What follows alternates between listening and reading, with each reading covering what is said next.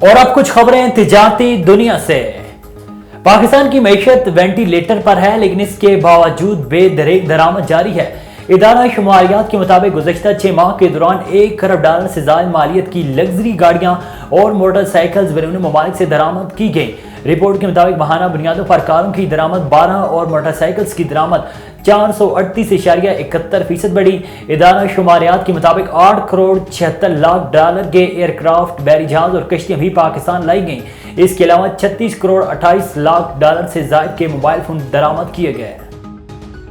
وفاقی وزیر خزانہ ریونیو سینیٹر اسحاق ڈار نے گیس سیکٹر میں گردشی قرضے کے حل کے لیے قائم کمیٹی کو ہدایت کی ہے کہ وہ گیس سیکٹر میں گردشی قرضوں کے جلد از جلد حل کے لیے اپنی رپورٹ اور ایکشن پلان کو حتمی شکل دے۔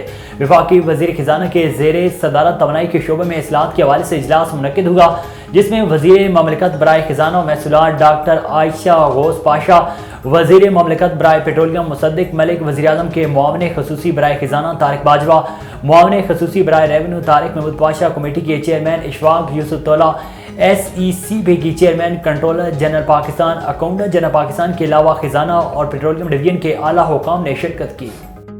شہر قائد میں آٹے کی قیمت میں ایک بار پھر اضافہ کر دیا گیا۔ کمشنر کراچی نے سرکاری ریٹ کا اعلامیہ جاری کیا ہے، جس کے مطابق سندھ حکومت نے ایکس فلور مل ریٹ $95 فی کلو مقرر کر دیا ہے۔ آٹے کی ریٹیلرز قیمت $98 فی کلو، جبکہ چکی کے آٹے کی ریٹیل قیمت $10 اضافے کے ساتھ $105 فی کلو مقرر کی گئی ہے۔